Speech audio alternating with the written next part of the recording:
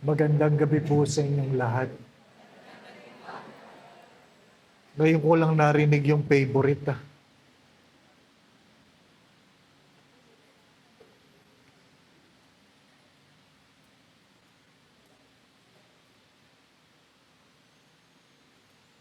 We are in a parish with a Carmelite patron under a Franciscan.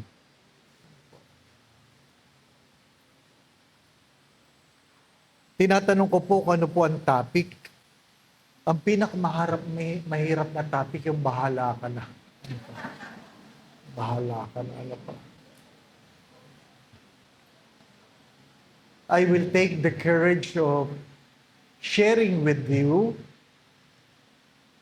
what is Lent according to Saint Teresa of Lisieux and Teresa of Avila, two great doctors of our church.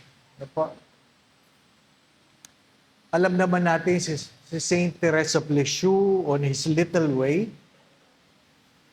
She approached Lent through her little way, focusing on a childlike trust in God rather than rigorous, extraordinary penances.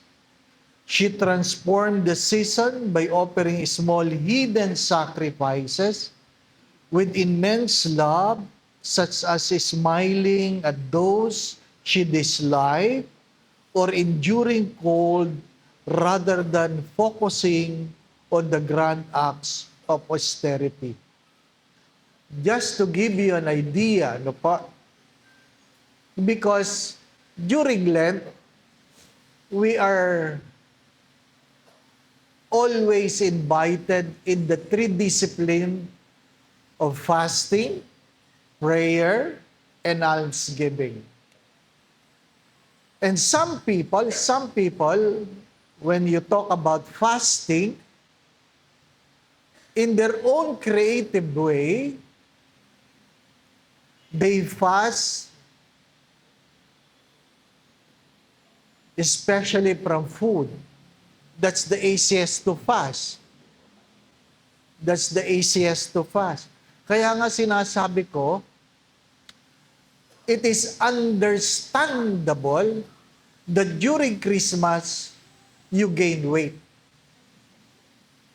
But it is questionable that during Lent, you gain weight. Mahirap yung Kwaresma na nagpa-fasting ka, aba, tumaba ka pa.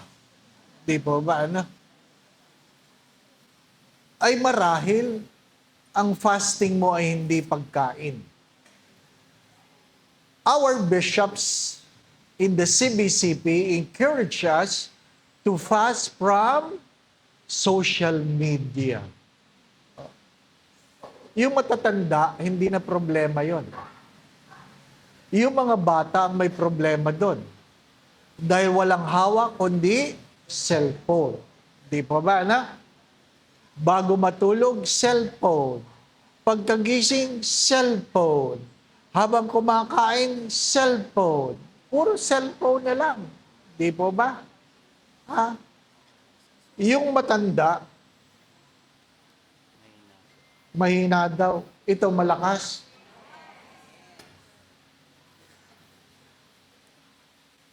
Hindi ko na ulitin, no?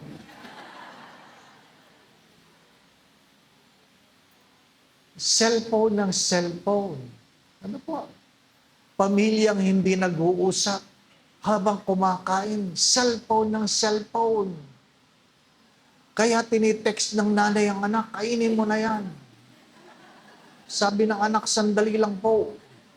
Cellphone ng cellphone. At nang sinabihan na, i-give up ang cellphone, ano sabi ng marami? Hindi na lang ako kakain, Father. Nung una, inaamin ko ito, naiinis ako kapag habang nagmimisa, mayroong tunog na cellphone, ting, ting, ting, ting. Naiinis ako. Ngayon,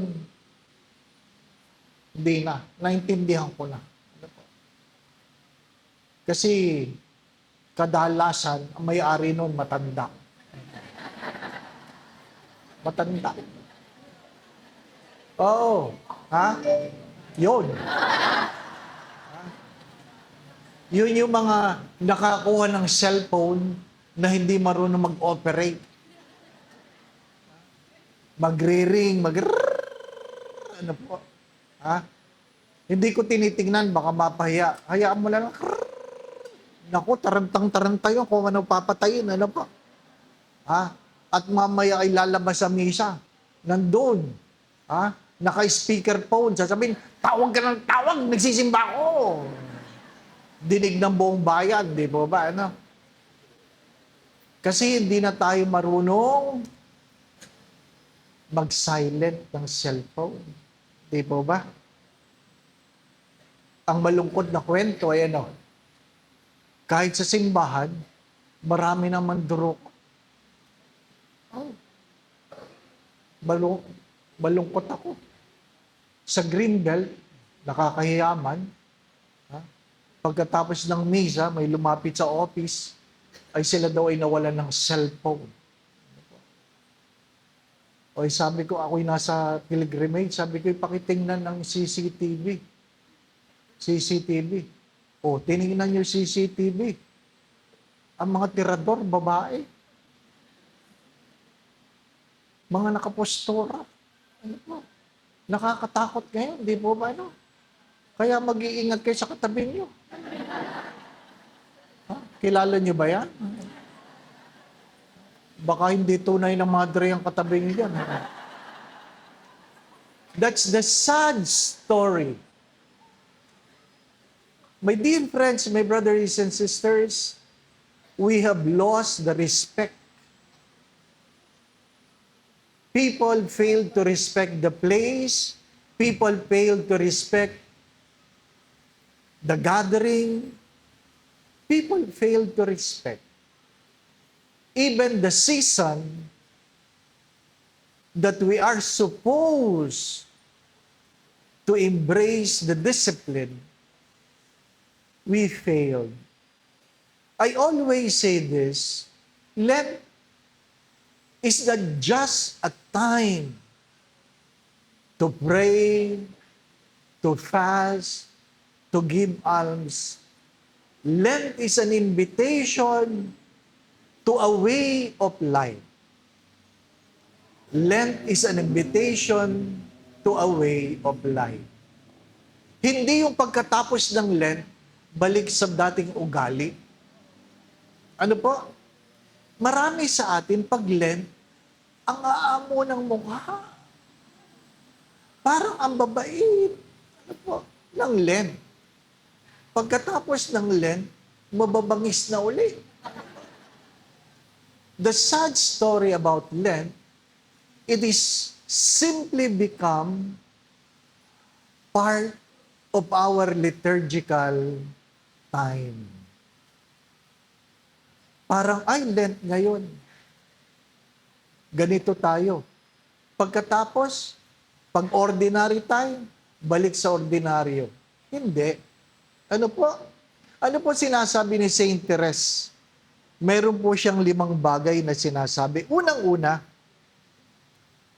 make Lent the little way of love.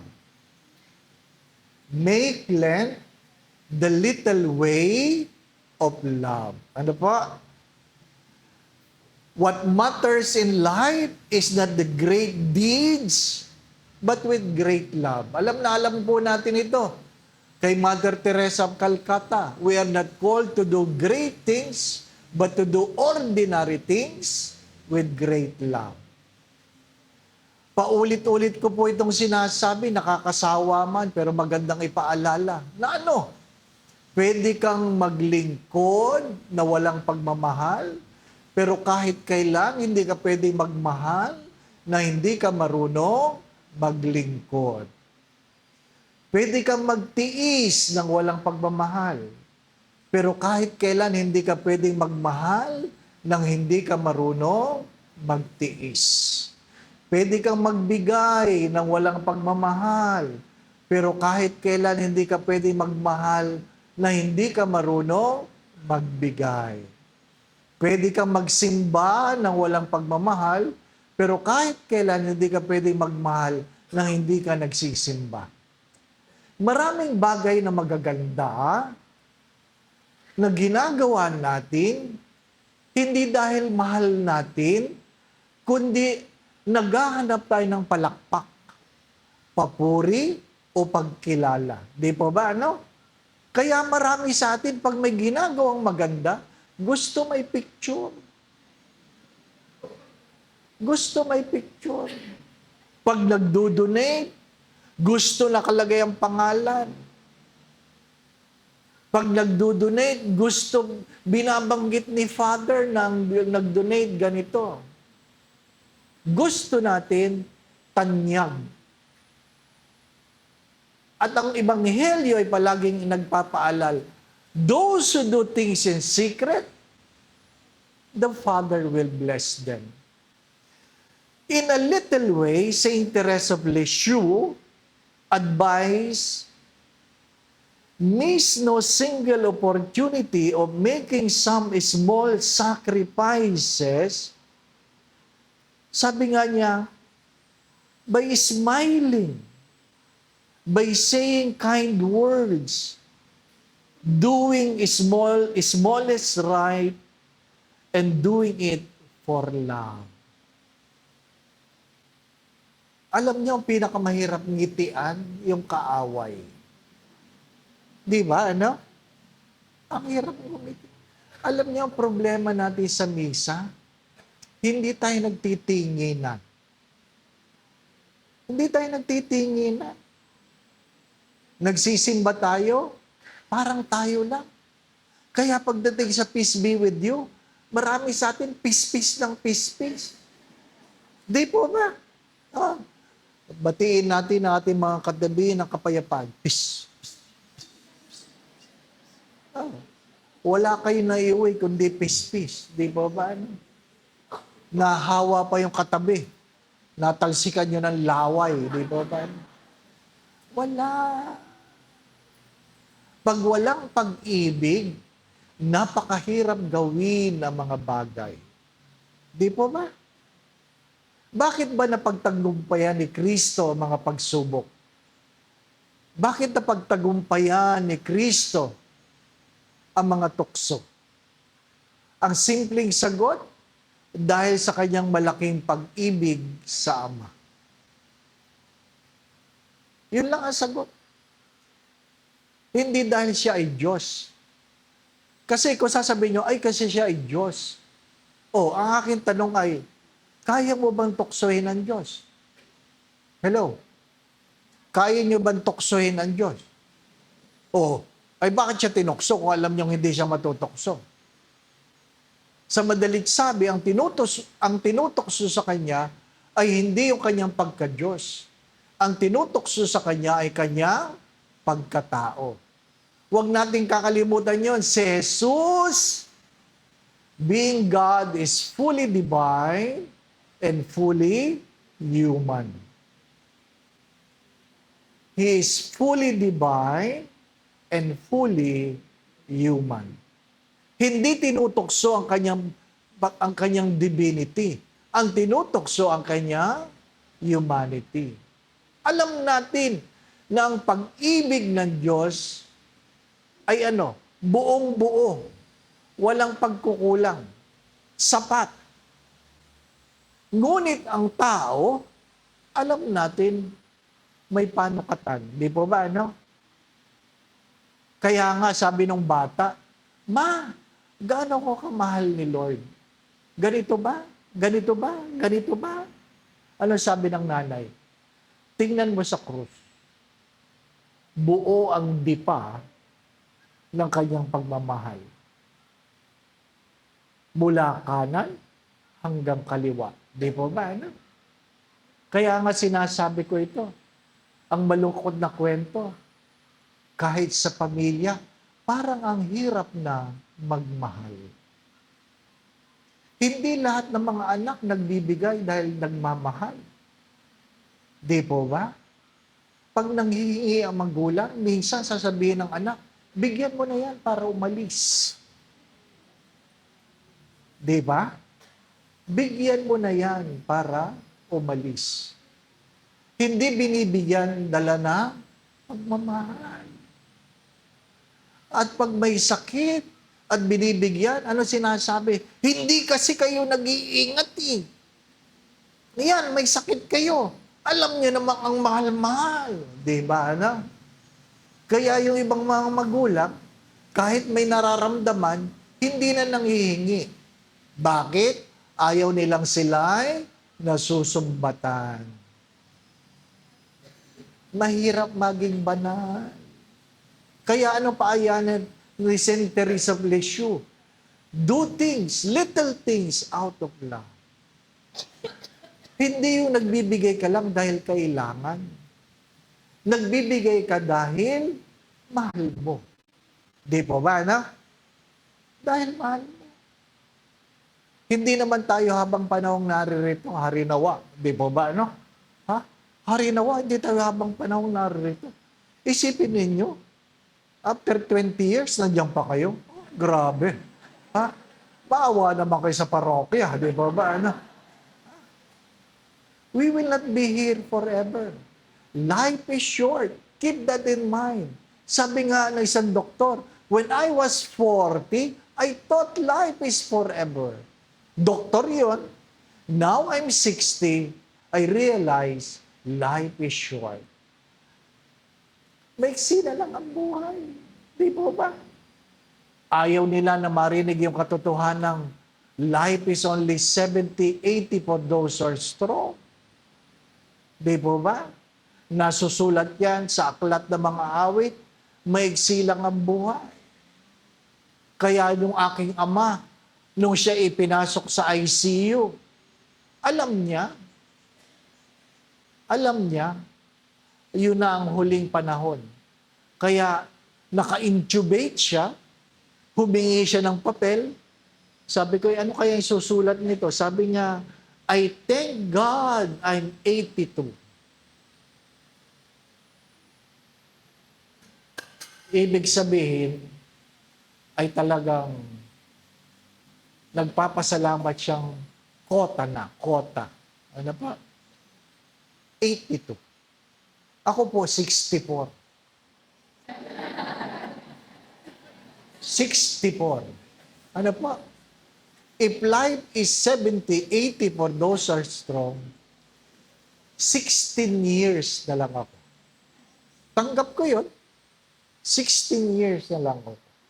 Bagamat may mga taong nagbibigay sa akin ng pagkain, itong kainin mo, pare. Pinapahaba pa nila ang buhay ko. Ano pa? 16 years. Tinitingnan ko mukha ko sa salamin. 16 years. Di ba, ano? Maiksi na lang yun. Yung 64, ang bilis eh. Yung 16 years pa kaya, di ba ba, ano? Tanggap ko. Kung itong mukhang ito, 16 years na lang, habang pinapanood ko kayo, yung iba sa inyo, mas maiksi na lang. Aba!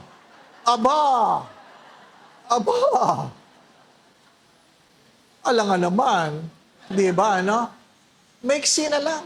Ano po sabi ni Saint John of the Cross? Ha? In the twilight of our lives, when we bend our knees before God, God will never ask the question how much money you have, where you have been, what titles you have gained. God will simply ask one question, how much love you have given. Sa Tagalog, mas maganda yon. Sa takip silim ng ating mga buhay, sa pagluhod natin sa harapan ng Diyos, hindi itatanong ng Diyos, magkano ang iyong naipon?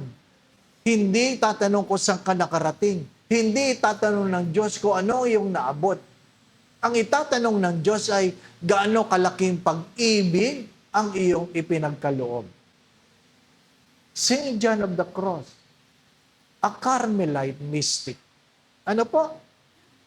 Kaya nga, sabi ni Saint Teresa of Lisieux, don't think of great love. think of doing love in a little way. Because little love add one after another, later on, will become great love. Ano po ba ibig sabihin ng Carmel?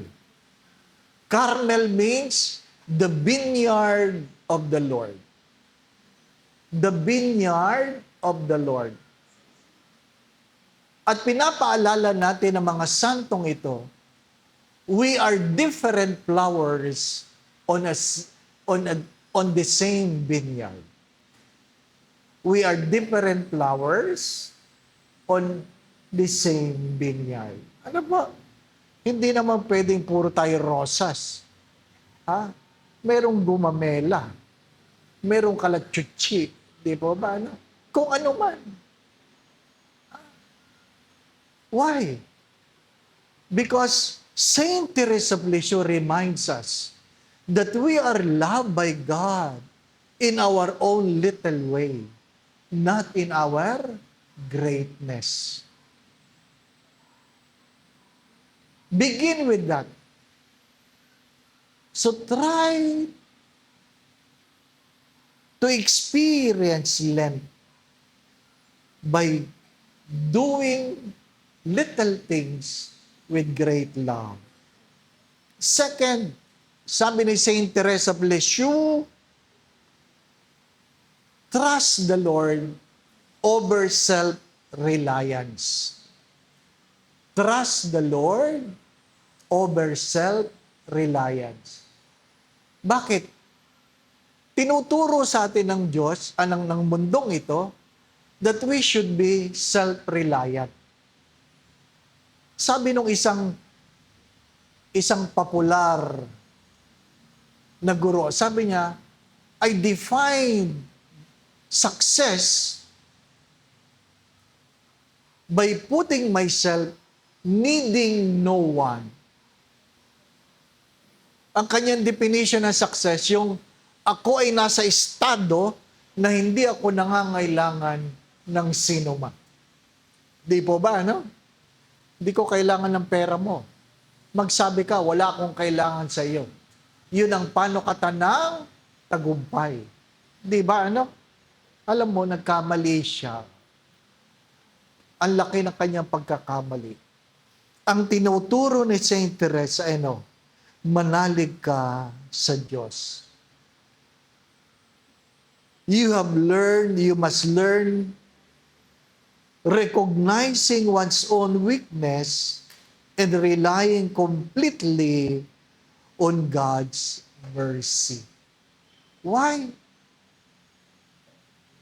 Because if God will not bless you, even holiness, you can never achieve. If God will not bless you, even holiness, you cannot achieve. Maraming nagplano kagabi na hindi na nagising kanina. That's the sad story. At maraming nagplano kaninang umaga, hindi na umabot ngayong gabi. That's the reality. Alam ng marami sa inyo, na-stroke ako. September 17, 2022. A normal day. Normal. Normal na normal. Nagmisa sa umaga, nagkasal ng alas 3, nag-drive ng alas 5 papunta sa Mega Mall dahil may kainan. Alas 5:15, hindi may galaw ang buong katawan. Very normal. Sabi ko sa katabi ko, naduduling ako. Itatabi ko ang sasakyan. Sabi niya, baka vertigo. Hindi ito vertigo. Alam ko ang vertigo. Umiikot ang daigdig. Ito, duling lang ako. Ano ibig sabihin ng duling? Nagdodoble ang paningin. Nakuha pa niya. Sabi niya, ano? Sabi ko, maya-maya, Wala nang pakiramdam ang kamay ko. Sabi niya, ngiti. O ngiti. Di ba? O sabi niya, pantay naman. O, hindi stroke. Kasi pantay ang mukha. Di ba ba, ano? Sabi ko, hindi ko alam kung ano ito. Pero wala nang pakiramdam ang bewang ko. Wala nang pakiramdam ang hita ko.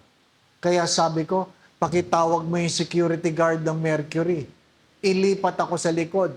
Tawagan mo si ganito. Ipag-drive ako. Dalhin ako sa hospital. Sabi niya, ano nangyayari? Wala akong alam. Sino makapagsasabing ikaw may stroke? Ano po? Pagdating ko sa hospital, ang meron na lang ako ay pandinig at bibig. Hindi may mulat ang mata, nakakapagsalita. Ganon kabilis. Ang masakit na kwento ay ano, bago nangyari yon, nagpa-blood test ako. Normal. Healthy. Sabi ng doktor, you're healthy, father. Wow! Simula ngayon, simula noon, di na ako naniniwala sa blood test. Huwag kayo masyadong maniwala sa blood test. Hindi nyo alam. Ang stroke ko ay hindi dahil may sakit ako sa puso. Ang stroke ko ay dahil ako ay diabetic. Kaya mag-iingat yung diabetic sa inyo. Yung mga classmate ko sa media, diabetes. Di ba ba? Ano? Yung mahilig tumawad, konti lang. Masarap. Ano po? Kaya nung ako'y nakabangon, ang kabilin-bilin na ng doktor, ano? Lahat ng masarap, bawal. O tapos, di ba ba? Ano? Gusto mong humaba ang buhay? Lahat ng masarap, bawal. Di ba? Yung mga nandadaya dito, mag-isip-isip kayo. Yung mga ayaw sumunod sa doktor, bahala kayo. Di ba ba, no? Pero tandaan nyo ito, pag kayo ay hindi na pinagbabawalan ng doktor, wala na kayong pag-asa. Tandaan nyo yan. Oo. Pag may pinagbabawal pa, may pag-asa pa. Pero pag sinabi, oy, sige, hayaan mo na kumain niya ng kahit ano, malapit na kayo. Oh, at least pinagbabawalan pa kayo. Di ba ba, ano? You will never know. You will never know. Stop thinking that you can do it. Stop thinking that you don't need anybody. Ang hirap nun. Paralyzed ka. Isipin nyo, 5:50 ng hapon. Dinala muna ako sa isang hospital. Hinahayaan ako. Kasi normal lahat. Habang ako'y tinetest. Can you imagine? Na-stroke ka? Nag-blood test? Normal na naman? Ay, hindi normal yon. Ano po? Hindi normal. Kaya sinabi ko sa aking kasamang pari, ilipat niyo ako, ilipat niyo ako. Inilipat ako sa Cardinal Santos. Habang ako'y binabiyahe ng ambulansya, walang sinabi yung nurse sa loob, Father, sinisiguradong hindi ako nakakatulog. Father, nakaliko na tayo. Father, nandito na tayo. Father, hindi ka talaga makakatulog. Father, nasa Wilson na tayo. Father, papasok na tayo na... Father, naharapan na tayo ng emergency room. Father, ililipat na kayo. Diba? Hindi ka talaga makano. Nung ipinasok ka ng ganyan, nadinig ko yung kaibigan doktor ng kaibigan ko. Sabi niya, Father, they might not make it. Oh? Sabi ko, ano kaya itsura ko? Diba? Bakit? Sabi nung kasama ko, nangingitim na mga kuko mo. Nangingitim na. Ibig sabihin, wala ng oxygen. Di ba ba? Ano? Kaya habang nasa emergency room ako, pinagdadasal ko talaga, Lord, kung gulay, patay na lang. Kung gulay, patay na lang. Di po ba, ano? Bakit? Sino mag-aalaga sa akin? Sino magbo-volunteer na mag-aalaga sa akin? Di ba? Kahit nga caregiver, nadadala eh. Meron isang matandang may birthday, 80 years old, 10 years nang nakahiga. Inanoin ko, sabi ko, nanay, birthday nyo. Anong gusto nyong pa-birthday? Sabi niya, sana dagdagan pa ni Jesus ang panahon. Sabi ko, hindi kayo napapagod humiga. Sabi, hindi, Father. Sabi ng caregiver, di ko na kaya. Di ba? Pwedeng kayanin ng may sakit, pero hindi pwedeng kayanin ng nag-aalaga. Di ba ba, ano? Mabuti kung bubuhatin ka lang, mabuti kung iikot ka lang, mabuti kung papaltang ka lang. Hindi. Mahirap mag-alaga ng may sakit. Kasi yung iba sumusungit, di ba ba, ano? Ay, naku, alam ko yan.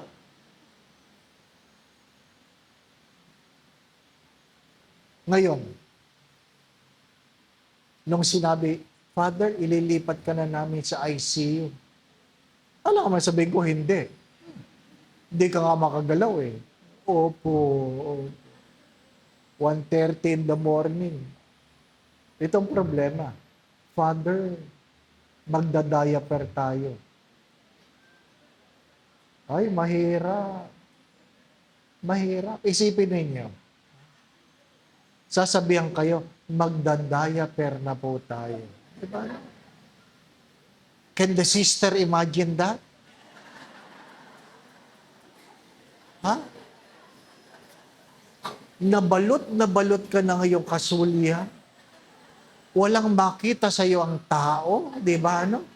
Ngayon sasabihin sa iyo, magda-diaper na tayo. Di ba? Ano? Alam naman nakakasulya ka habang nakadiaper. Di ba? Ano? Napakahirap isipin. Father, tatanggalin ko na ang pantalon mo. Ay, ang hirap. Ang hirap nun. Ang problema, hindi ko may mulat ang aking mata. Gusto ko makita kung sino yung mga taong nanonood, di ba? Oo, di ba? Father, ibababa ko ng pantalon. Ayan na. Maya-maya, Father, ibababa ko na brief mo. Ay,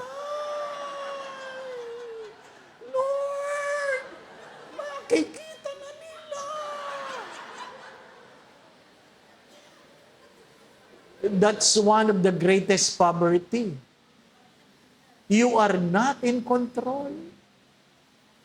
Basta ikaw ay may sakit, mayaman, kahit obispo, kahit ikaw ay madre, wala. May maghuhubad. Di ba ba na, Lord? Kaya nung ako'y iniimbita magbigay ng talk sa Cardinal Santos, hirap na hirap ako. Natatawa kayo kasi hindi nyo naramdaman ang aking nararamdaman. Bakit? Isipin mo, magmimisa ako doon. Di pa ako ng di pa. Sumainyo ang Panginoon. At may nagsisimba, ay nakita ko na yan.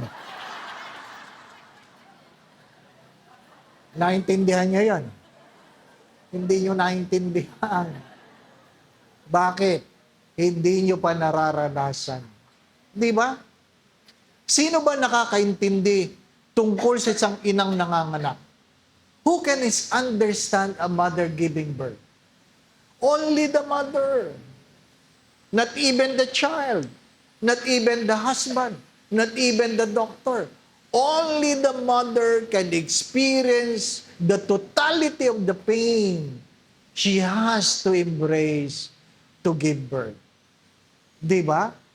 We can talk about it. Science can write about it, but only the mother can really understand it. Why? Because they have gone through it. My dear friends, my brothers and sisters, don't wait for the day when God has to humble you. Nag-anoint ako na isang mayamang mayaman. Mayaman talaga. Ang ganda ng bahay. Pinuntahan ko sa second floor. Naka-wheelchair. At ano sabi niya? I begin to realize, Father, money is nothing. You have food, and yet you cannot eat. What you have are tablets. I have a big house, but I am confined in my wheelchair. I have so many cars, but I remain at home. You can look at my closet. They are signature clothes, but I remain with my pajama. Diba, no? He realized that there are limitations in what we can have in this world. So, Saint Therese reminds us, stop thinking of yourselves too much. Go back to God. Go back to God. Many times, I've been asking people, if you can do this, try this. That you look at yourselves in the mirror naked. Of course, alone. Diba? You look at yourselves in the mirror naked. And ask yourselves, who am I? Without your earrings, your necklace, your lipsticks, without everything, who are you? Try to answer the question, who are you? And only then you will realize, regardless how rich you are, you will say, you are nothing. We are nothing without Christ. A good reminder, without nothing. That's why Saint Therese of Lisieux said, during Lent, try to do small sacrifices. Not necessary, or instead of performing grand public penances, focus on the hidden daily sacrifices, such as enduring physical discomfort. Physical discomfort. Small sacrifices. Like what? Enduring the heat. May mga tao, marahil nagsisimba dito ngayong summer, maghanap ng aircon na simbahan. Kasi ayaw na mainit. Mahirap yung nagsisimba ka. Ang nirereklamo mo, ang nipis ng foam ng kneeler. Maraming ganon. Little sacrifices. What are the little sacrifices that God will honor from you? Little sacrifices. Kausap ko yung mga madre. O, sasabihin ko na, Pink Sisters. Nagbigay ako ng retreat sa kanila. Nagbibihis lang sila once a week. Nung kanilang panlabas, once a week.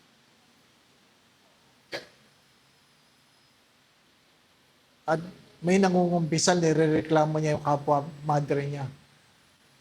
Father, yung isang madre nga, 2 beses magbihis sa isang linggo. Mali yun eh. Di ba? Di ba, no?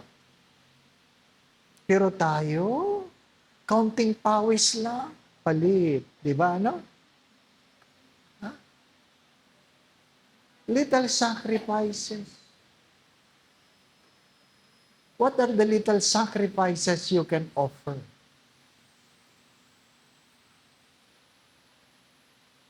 Hello? Nag-iisip ba kayo? Mag-isip kayo. Di ba?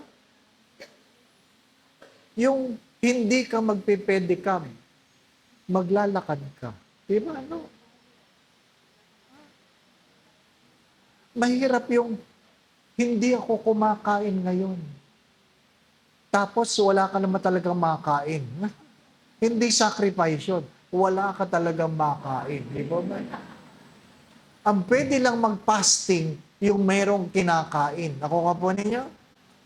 Ang pwede lang bumaba sa first floor yung na may second floor. Tandaan nyo yan. Ha? What are the little sacrifices that God is asking from you? Diba? Sometimes,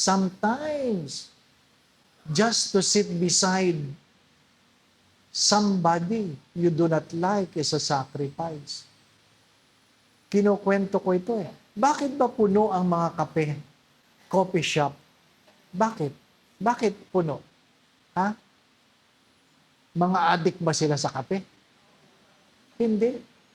Mga taong ayaw umuwi. Ayaw umuwi. Bakit?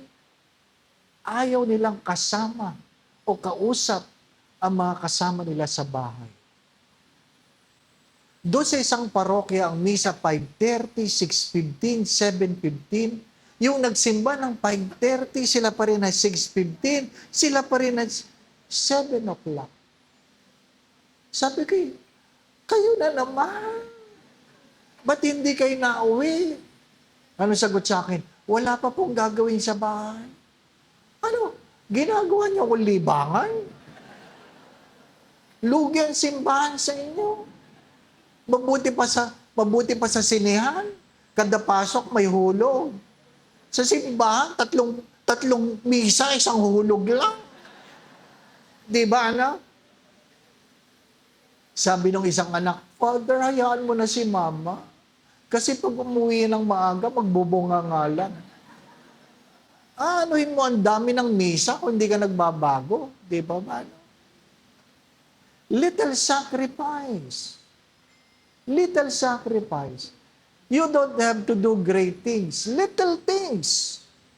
Little things. Small sacrifices. Fourth. Ito maganda ito. Sabi niya,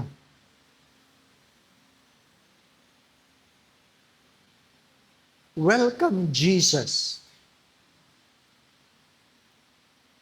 Welcome Jesus as a little boy. For the child Jesus is pleased by finding the spiritual emptiness and surrendering your will. Alam nyo, mula San Antonio, isa sa paborito kong santo, si San Antonio de Padua. At may hawak yan na bata.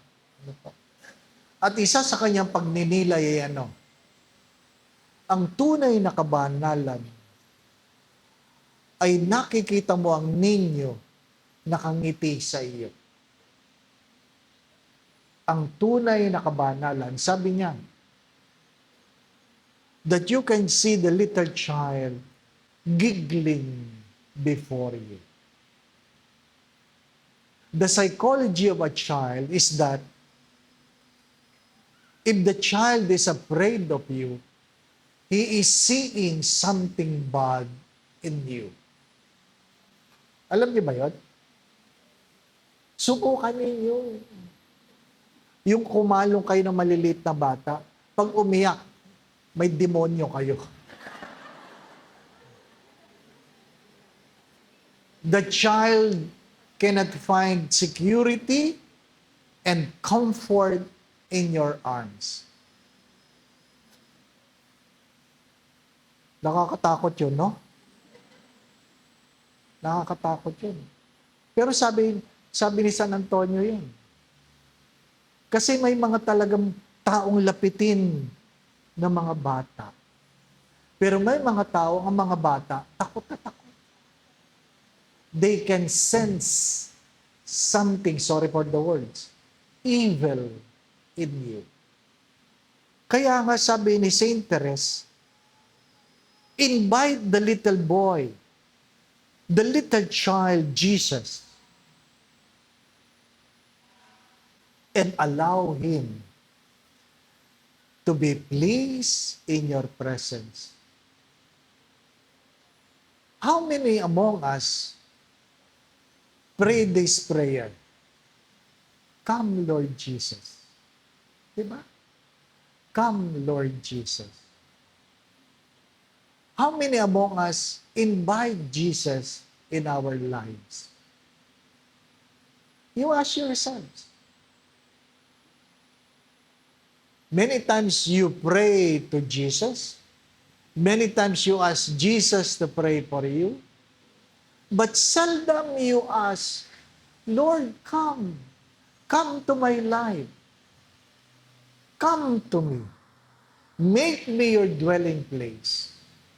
Saint Therese of Lisieux invited us that during Lent, we allow ourselves as a manger for God.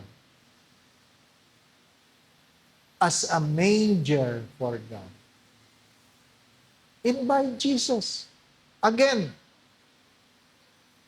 do little things out of love. Second, trust God, not self-reliance. Third, do small sacrifices. Fourth, invite the little child to come. To come. Will the child play before you? Or the child will be afraid before you? And fifth, sabi niya, try to pick up a pin. Try picking up a pin. Perdible. Ano po? Therese famously stated that even the smallest actions, such as picking up a pin, if done with intense love, can save a soul. Can you imagine? Can you do this? Inside the church, when you see a candy wrapper and pick it up and put it in your pocket, or you see a trust inside the church, picking that out of love and put it in your pocket,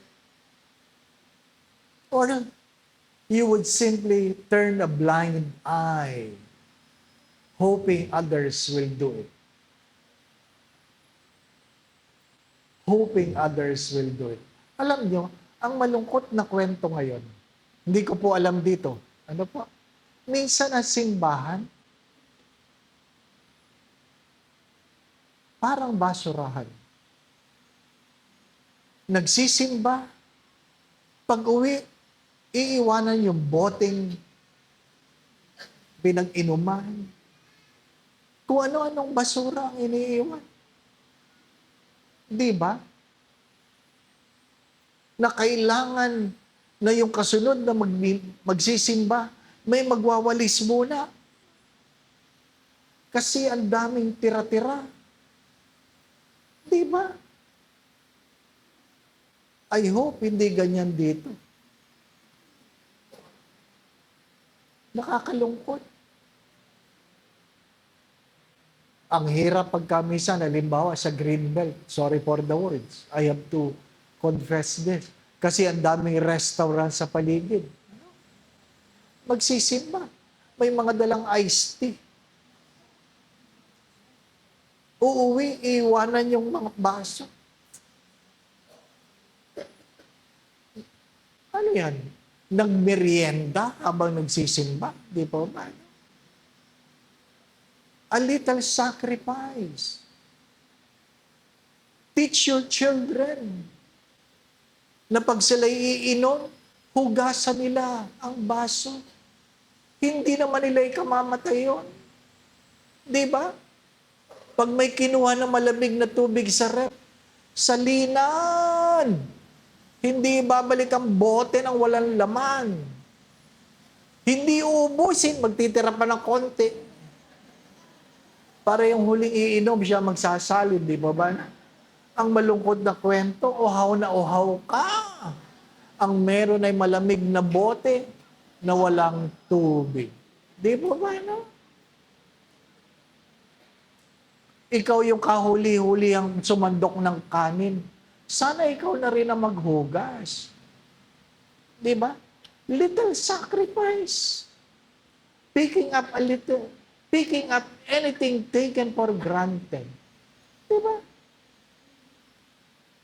Alam niyo po ba ito? Palagi ko ito sinasabi lately. According to the studies, the children who helped in the house chores when they were little are more successful than many. More successful. Yung pinagpunas nyo ng lamesa, pinaghugas nyo ng pinggan, yung habang pagpasok sa bahay, yung iniiwanan sapatos, ayusin mo yun. Ilagay mo. Di po ba, no? Ngayon, di na makuha sa sitang bata, no? Hindi na.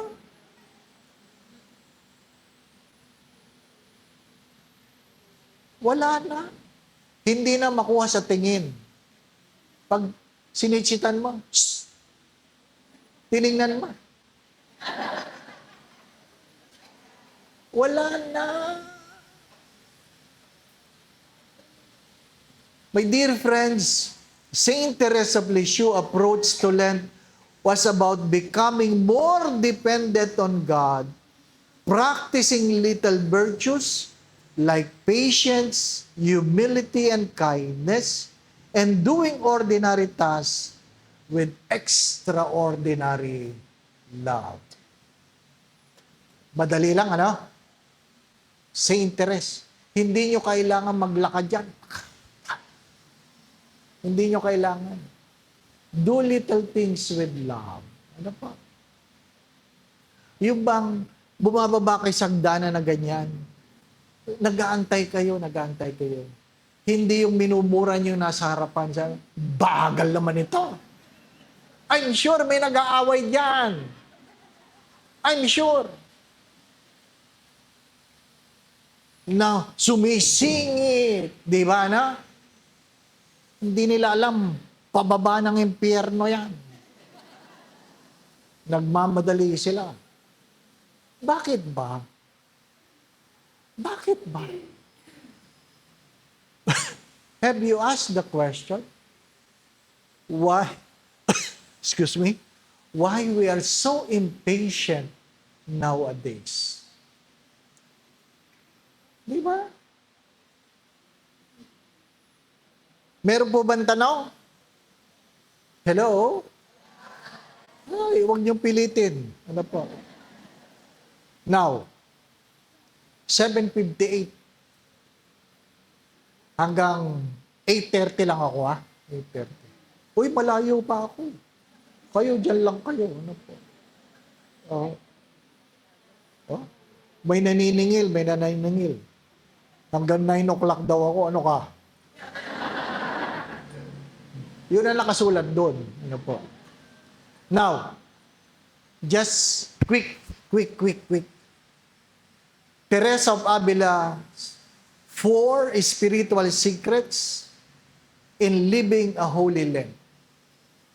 4. Kanina, Saint Teresa of Lisieux. Ngayon, Teresa of Avila. Ang tawag ng mga Karmelita sa kanya, si Lola Teresa. Ano po? Number 1, sabi niya, Teresa of Avila said, in Lent, you concentrate on Christ. Number 1, Teresa of Avila says, regardless of everything being said, everything that is being told, everything that you have read, everything that you know, Teresa of Avila said, for a better Lent, concentrate on Christ. Focus on Christ. Not on what you do, but focus on Christ. Teresa of Avila, both in her life and her writings, offered guidance for living Lent well. In a particular way, she advised her spiritual daughters not to focus excessively on fasting or external renunciation, but what is essential, that is Jesus. The goal of the Spirit of the Christian Lenten season are not to suffer, not making sacrifices simply for the sake of suffering. Rather, it is the love of Jesus that gives meaning to our sacrifices and to our lives. Focus in Jesus. Keep this in mind. The only person that can save us is Jesus. Alam po ninyo, aking tatay ay protestante. Protestante. Yung kanilang simbahan, walang corpus. Walang corpus. Cross lang. Anong pinagkaiba ng crucifix sa cross? Yung cross, kahoy lang. Yung crucifix, may corpus. May tao. At tinatanong ko siya, bakit walang corpus? At sabi niya, kasi nasa langit na si Jesus. Ang meron na lang ay krus. At sabi ko sa kanya, hindi naman tayo nililigtas ng krus. We are not being saved by the cross. We are being saved by the Christ. Take note of that. We are not being saved by the cross. We are being saved by the Christ. It is the corpus. It is the Christ that saves us. Ha? Kaya, bitbitin mo man ang krus na yan, lakarin mo, simula sa rotonda hanggang, saan ba dulo nito? Monumento. O ano mo? Hindi kayo maliligtas. Nakukuha po ninyo? Kung wala tayong relasyon kay Jesus, wala tayong kaligtasan. Go back to what is essential. And that is Jesus. Kaya sabi niya, concentrate on Christ. Mahalaga yun. Si Saint Teresa of Lisieux, about little way. Everything about little. Little. Ano pa? With great love. Si Teresa of Avila, sabi niya, whatever you do, focus on Jesus. Lent is never about sin. Lent is about the love of God in spite of our sinfulness. That's why Saint Ignatius of Loyola said this, it is more sinful to talk about sin outside the context of God's love. It is more sinful to talk about sin outside the context of God's love. Lent is all about the love of God. It is never about sin. It is the sin that made God crucified. He allowed himself to be crucified because of his love for us. So focus on Jesus. Second, Teresa of Avila said, yes, prayer, fasting, and almsgiving, but do prayer as a humble dialogue. Do prayer as a humble dialogue. Prayer is essential during Lent. It is something very simple. Speaking with Him whom we know who loves us. Prayer is not a self-centered monologue, but a God-centered dialogue. So if you fail to listen to God, then you failed to pray. Take note, if you fail to listen to God, you have failed to pray. Because prayer is a dialogue. There is a time for you to talk and God listens. And there is a time for God to talk and you listen. Pag ikaw lang ang nagsalita sa iyong panalangin, wala talagang ugnayan. There's no dialogue. Let us set our eyes on Christ, our good, and there will we learn true humility.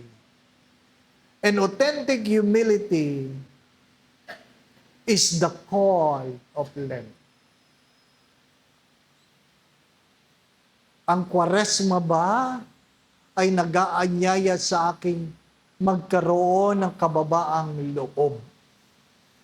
Kababaang loob. Ano po? A good invitation. Concentrate on Christ.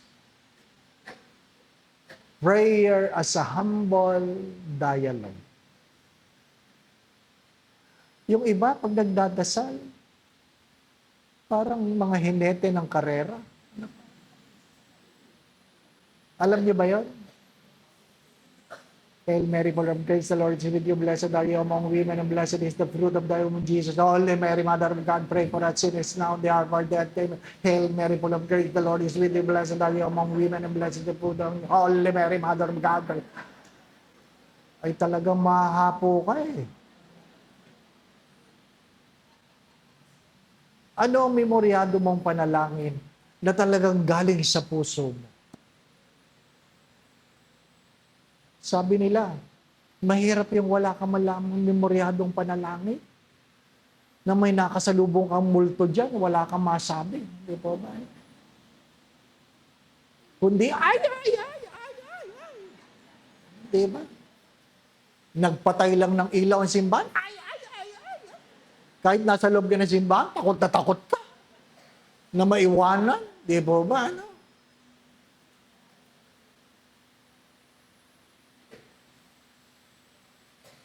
Ang di ko makalimutan, love na love ako ni Nanay Mut. Ano po? Mother Butler. Sa parokyang una kong pinaglingkuran. Ha? Paralyzed na. Pero love pa rin ako. Kaya ano sinabi sa kanya ng kanyang mga anak, na-stroke si Father, hindi magandang kalalagayan. Ako umiyak, matanda, umiyak. Pagdasal tayo. Mga anak, tayo magtipon-tipon. Tayo magkapit kamay. O, di ba? Itaas natin si Father Dane. Kawawa naman. Sabay-sabay nating dasalin. Bless us, O Lord.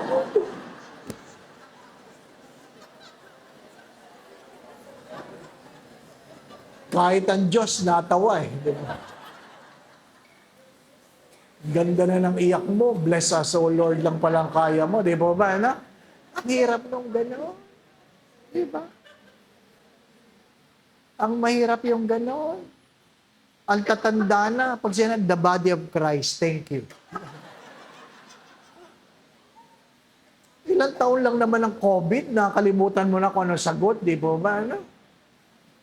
Mabuti na lang nung Ash Wednesday. Talagang maingat na sila. Kasi sabi ko, pag nilabas nyo ang dila nyo, lalagyan ko talaga ng cross yan. Wala ang mga diwa eh. Wala. Wala ang diwa sa ginagawa. Ano mong gusto mo, nanay? Ay.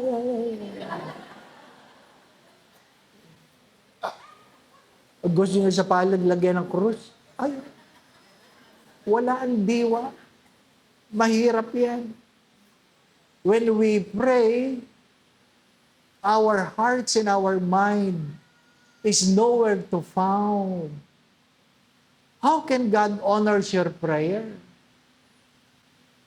if your mind and heart is not with it? Diba? Third, Teresa of Avila said, a third way to make your Lent meaningful is detachment. Detachment. From the love of Christ flows one of the most characteristic attitudes of Lent, detachment. This is the state of the soul that frees itself from disordered and selfish attachment to anything or anyone other than God. Detachment does not mean suppressing every desire or aspiration or building a hard, insensitive heart, since love is the first and the greatest of duties. Love is what gives meaning to detachment. Detach. Letting go. Diba, no? Anong nililet go nyo ngayon, let? Yun ang mahalaga. Alam nyo, hindi fasting yung hindi ko kakainin ngayon. Sa Easter na lang, hindi fasting yun. Ang tawag doon ay hoarding. Hoarding. Itatabi nyo muna lahat ng chocolate. Sa Easter nyo nakakainin. Hoarding yun, hindi yung fasting. What do you think God is asking you to be free from? Take note, detachment is to be free from so that you can be free for. Hello? Detachment is to be free from so that you can be free for. Free from anything so that you can be free for God. Diba? Kaya nga, focus on Jesus. Pray that you may know the will of God. Detach yourself. Free from. So that you can be free for. Naintindihan po ninyo? Free from. Ang hirap nung si Kristo naman talaga ang tinatanggap mo. Pero, nakatayo si Father dito. Biglang, tumayo ang sa katabi niya lay minister. Sa kaliwa ka, sa kaliwa lay minister. Lumipat ka sa kanan. As if nakalimutan mo, si Kristo ang iyong tinatanggap. Di ba, no? Bakit? Pag lay minister ba nagbigay, nawawala si Kristo? Di ba, no? To be free from. Pag 23rd ng buwan, mayroon kami healing mass. Kasi kay Padre Pio, alam nyo, Kukuha na ako ng ibang pari para may katulong ako. Sa akin pa rin nakapila. Kaya feeling ko, kaya hindi kumagaling eh. Ano pa? You are not free from, so that you can be free for. Di ba, no? Meron nga sa atin eh. Pag si Father na nagmimisa, malaki ang hulog nyo. Pag ibang pare, hindi kayo naghuhulog. Naniniwala kayo doon? Oo. Maniwala kayo, totoo yun. Pag si Father na nagmimisa, mataas ang koleksyon. Pag nilipat mo si Father, yung pumalit, bumababa ang koleksyon. Masyado tayong personality-oriented. Ano pa? We are not free from, so that we can be free for. Pagkumpisa lang bayan, noon nagkakamali ako. Pagkumpisa lang bayan, umuupo ako sa confessional sa loob. Yung iba, face-to-face. Yung mga pare, nag-face-to-face, kumakain na ng hapunan. Ako nandun pa. Lahat nakapila doon sa hindi nakikita. Di po ba, ano? As if, maalala ni Father ang kanilang mga kasalanan. Yung iba nga, pag nangungumpisan, sinasabi ang kasalanan ng asawa eh. Father, yung kasunod po mangungumpisal, asawa ko. Ang mga kasalanan niyan, ito. Wala kayong pakialam, sabi ko. Pati ba naman ang kasalanan ng asawa? Di po ba? Ang hirap nung ganun, no? We are too preoccupied about our own holiness. You must be free from, so that you can be free for. Di ba? May mga pamilyar na mukha ako nakikita dito. Mga taga dito ba ito? Hindi ah. Isa doon, no? Ngayon ko lang napansin.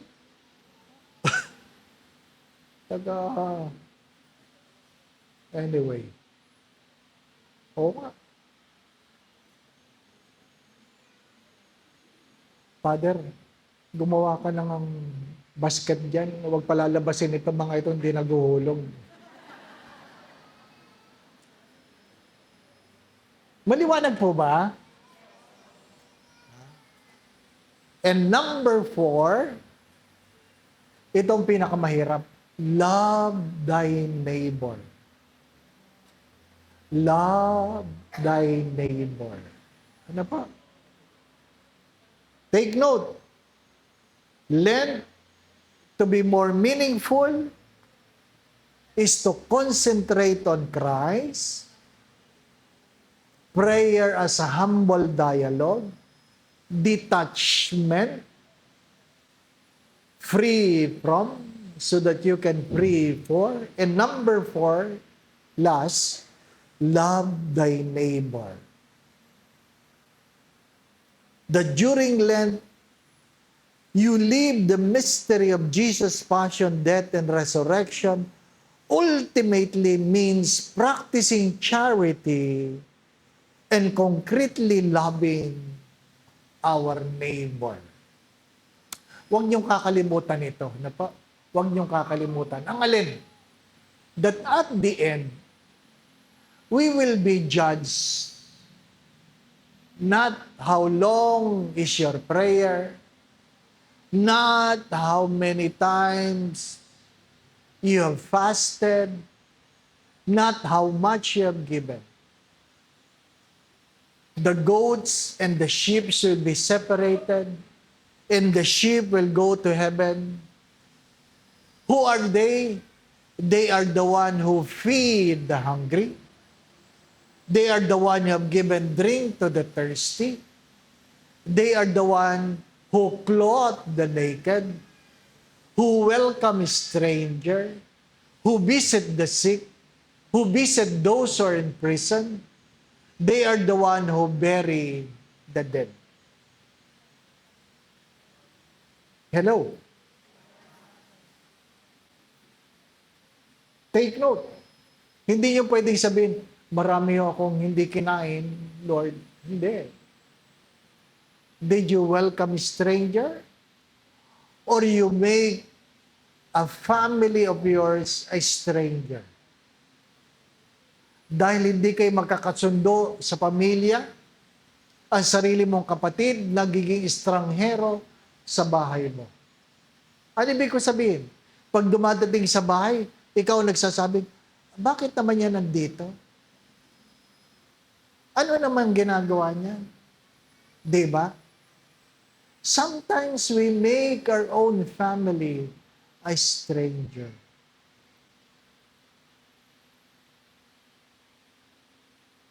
Do you clothe the naked? Doon sa isang parokya, ano po? Pag ako ay bumibisita sa may sakit, doon sa squatter area, dadaanan mo yung mga sampayan, ano po? Sa tangkad kong ito, talagang pagkamisan, yung sinampay talagang sumasampal sa mukha mo eh. Ano po?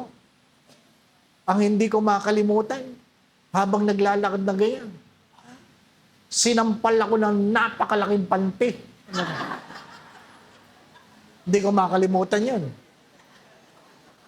Abay, tinignan ko talaga, pagkalaki naman ng panting ito. Wala nang garter. Iniisip ko, pansala na lang ng niyog eh. Diba? Pag may ginatano, hinomili ko yun. Ano ibig ko sabihin? Mahirap yung postura kang postura. Posturang postura ka. Pero may kasama ka sa bahay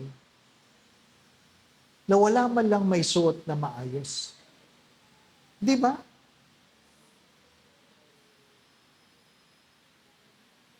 Bili tayo ng bili ng bago. Nakatambak. Na hindi nyo man lang mabigyan yung mga lumang-luma na ang damit. Diba? Ano sabi ni Mother Teresa ng Calcutta? Pag masyado kang maraming tsinelas, sapatos, sandalyas sa iyong harapan, tandaan mo, mayroong naglalakad na yapak kasi ang kanyang pangyapak nasa iyo. If you have more than what you need, you are depriving someone of what they need. Take note. If you have more than what you need, you are depriving someone of what they need. So kung sobrang dami ang damit mo, may mga taong hubad dahil ang para sa kanila ay nasa iyo. What is the problem with enough? When is enough enough? The problem is enough is we define enough as a little more. The problem with enough is we define enough as a little more. Magkano bang kailangan mo? Pwede na ba yan? Konti pa. Konti pa. Ako po ninyo, God is giving us of what our need, not of what we want. So, if you have more, it doesn't mean you have to indulge with what you have. You are given by God to share to those who have none. To share with those who have none. Na-share ko ito dati. May nagdo-donate. Ano ba? Cheque. Pay to cash. Kaya tinatanong ko, para po saan ito? Para sa iyo, Father. Oh, para sa akin. Tapos, sa hindi inaasang pagkakataon, mayroon akong kaibigan na na-hospital, ano po, patong-patong na yung kanyang bayarin sa hospital. Naalala ko yung cheque na nasa wallet ko, binigay ko sa kanya. Sabi ko, pay to cash naman yan. Pwede mo yung pangbayad. Ano po? After 1 month, tinawagan ako ng nagbigay. Bakit mo binigay sa iba? Para sa iyo yun. Di ba? Pag para sa akin, malaya ako na ibigay. Mahirap yung ibinigay niyo sa akin. Babantayan niyo pa ako. Di ba? May mga magbibigay ng damit. Ano po? Sabi ko nga sa kanila, alam niyo, pag susuot ko lahat ng mga damit na binigay niyo, magmumukha akong Christmas tree. Hindi niyo man lang naisip na pari ako. Di po ba? Yung pari, yung mga damit na binibigay niyo, pang binata eh. Ha? Lalabas na nagbibinata ako. So ano ginagawa ko? Pinamimigay ko sa mga seminarista. Pinamimigay ko. At minsan may okasyon kami sa seminaryo. Dumating siya. Nagtampo siya. Sabi niya, bakit mo binigay sa iba? Ang alin? Yung damit na bigay ko. Hindi mo nagustuhan? Binigay ko sa nangangailangan. Ako po ninyo. Pag nakatanggap kayo, at hindi nyo na naman kailangan, ipamigay nyo naman. Di po ba, no? Huwag puro kay Father. Marami ng damit si Father. Ha? Ang daming nangangailangan. Di po ba, no? Kaya maganda rin yung na-stroke ako eh. O, hindi ako mapilit kumain. Di po ba, no? Father, kain ka niyan. Masarap yan ay bawal. Father, ito, ano mo, masarap ito, bawal. Di ba? Tapos na, no? Father, kain tayo, saan tayo kakain? Doon, masarap doon, ay, bawal. Ah. Di ba? Mabait din ang Diyos. Ano po? Mabait din ang Diyos. Again, my brothers and sisters, what do you think God is inviting you, or in what way God is inviting you to express your love to your neighbor? Sa palagay ninyo, ano po? In what way God is asking you to love your neighbor? Please begin at home. Begin at home. Sabi nga ng matatanda, alam mo, Father, kami, hindi namin alam kung ano kami sa bahay. Darating sila, aalis sila, ni hindi man lang sila magpapaalam kung saan sila magpupunta. Alam naman namin hindi na kami makakasama kasi kami matanda na. Pero gasino man lang nasabing, Nay, lalabas kami, kakain kami sa labas. Di ba? Di minsan, di ko sinabi, Father, sasama ako. Anong ibig ko sabihin? Anong hinihingi na matanda? Respeto. Hindi naman kayo nagpapaalam. Ipaalam nyo lang. Naintindihan po ninyo? Magkaiba po yung nagpapaalam, asking permission, at nagpaalam just to inform. Ipaalam nyo lang. Those are simple act of love. Respect is an act of love. Di po ba, ano?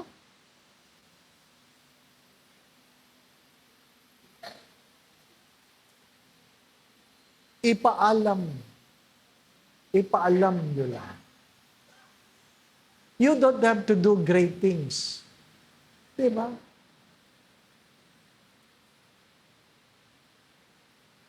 Mananabi ako ha. Kung meron kayong matandang magulang, nakasama niyo sa bahay, have you asked the question, ilang Pasko na lang sila? Hello? Have you asked the question, ilang Pasko na lang sila? O ikaw na lang tatanungin ko, sa palagay mo, ilang Pasko ka na lang? Ha? Feeling nyo marami pa? Konti na lang.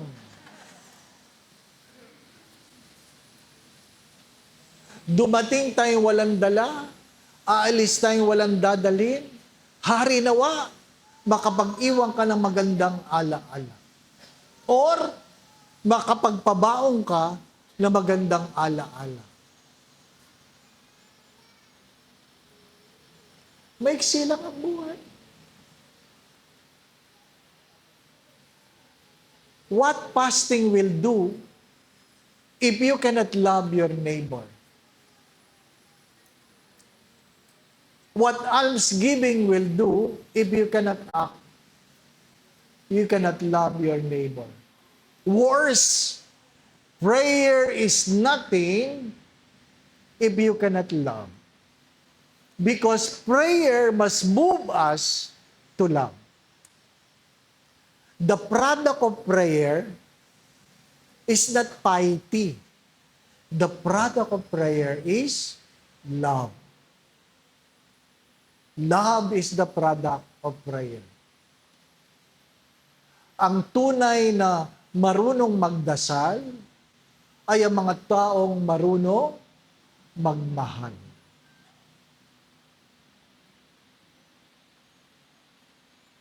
Alas 8:30 na. Di ba? Di ba? Pagmamahal yun. Alam nga namang, di ba?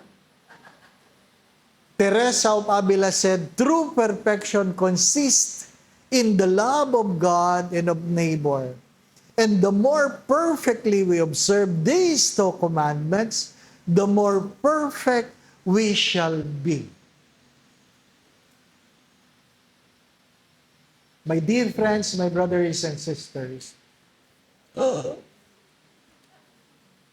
I hope may maalala kayo. Ano po? Ha? Concentrate on Jesus. Without Jesus, there's nothing to talk about. Make prayer a humble dialogue. Detach yourselves from so that you can be free for. And Lent must be a way of loving our neighbor. Amen? Amen. May tanong po ba? Pabuti naman.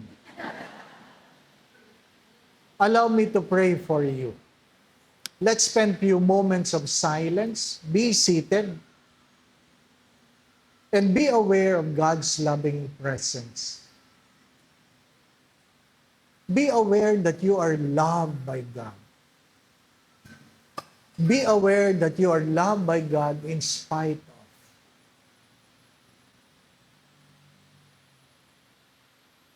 And thank God for that love. There is nothing we can hide from God.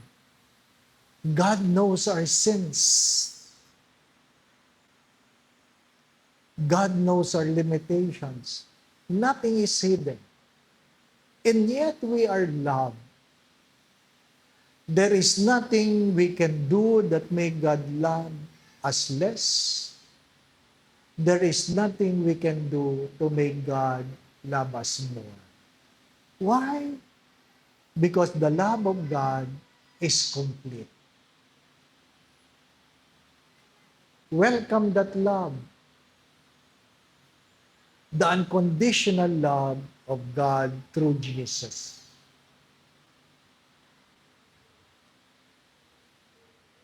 Let us pray. Ama naming mapagmahal, idinudulog ko sa iyo itong iyong mga anak.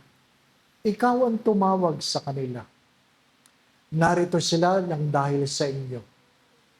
Alam mo ang kanilang mga pagtawa at pagluha, mga kahinaan at kalakasan, mga kabiguan at tagumpay. Alam mo rin ang kanilang mga pangarap, hindi lang para sa kanilang mga sarili, kundi para sa kanilang mga mahal sa buhay. Hipuin mo ang bawat isa, Panginoon.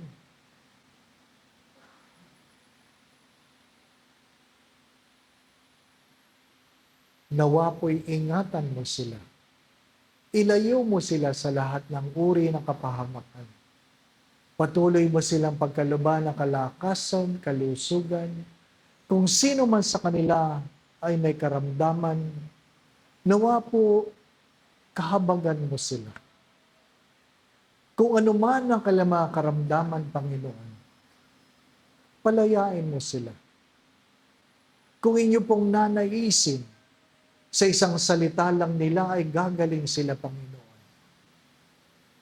Gaano man kalubha ito, walang imposible sa iyo sapagkat ikaw ay Diyos na makapangyarihan. Panginoon, kung ano man ang kanilang mga pinagdadaan ng suliranin o problema, tuwangan mo sila, alisin mo ang kanilang mga pagkatakot at pangamba, dagdagan mo po ang kailang pananalig at pananampalataya sa iyo. Nawa po ang kailang mga pamilya saan man naroroon, ay pagharian mo sila ng pagmamahalan, pagkakaisa, pagkakasundo-sundo, kapayapaan, kasayahan, puspos ng pag-ibig at kasaganahan. Kayo po ang nakababatid sa kanilang mga pagdulog, kayo na po ang magkaloob, kung ano man ang makabubuti, makababanal, makaulad ng buhay ng bawat isa. Sa tulong at panalangin mga banal, lalong-lalo na ng mahal na Birhen, gayon din ni San Jose ang tapat niyang esposo, ang aming patron sa Santa Teresita ng Niño Jesus, sila ang kanilang pamilya, ipagpalain mo, Panginoon, sa ngalan ng Ama at ng Anak at ng Espiritu Santo. Magandang gabi po sa inyo.